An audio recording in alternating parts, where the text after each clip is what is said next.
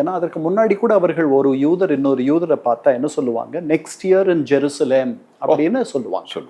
அவர்கள் பிரியும் பொழுது அடுத்த ஆண்டு நாம் ஜெருசலத்தில் சந்திப்போம். ஏன்னா அவர்களுடைய புனித தலம் அது, புனித அப்படி அந்த அந்த எண்ணத்தையும் அந்த நம்பிக்கையும் வைத்து கொண்டவர்கள் வாழ்ந்து வந்திருந்தார்கள்.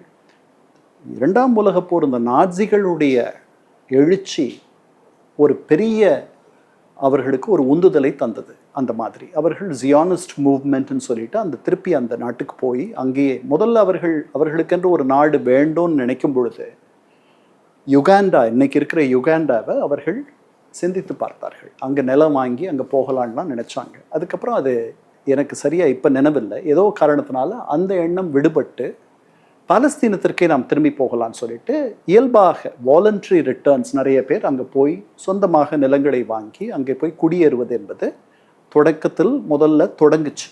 இது 19ஆம் நூற்றாண்டினுடைய இறுதியில் தியோடோர் ஹெர்சல் அப்படின்ட்டு அவர்களுடைய இந்த ஜியானிஸ்ட் மூவ்மெண்ட்டினுடைய தந்தை என்று சொல்லலாம். அவர்கள் அதுக்கப்புறம் இதை ஒரு திட்டமிட்ட ஒரு குடியேற்ற முறையாக அவர்கள் அதை தொடங்கினார்கள். திட்டமிட்டு இதை ஒரு ஆர்கனைஸ்டாக நிறைய பேர் அங்கே குடியேறுவது என்று 1917 Balfour declaration, Lord Balfour England பார்லிமெண்ட்டில் அவர் ஒரு தீர்மானத்தை ஒரு ஒரு வாக்குறுதியை தருகிறார், ஒரு பிரகடனத்தை செய்கிறார். அந்த பிரகடனம்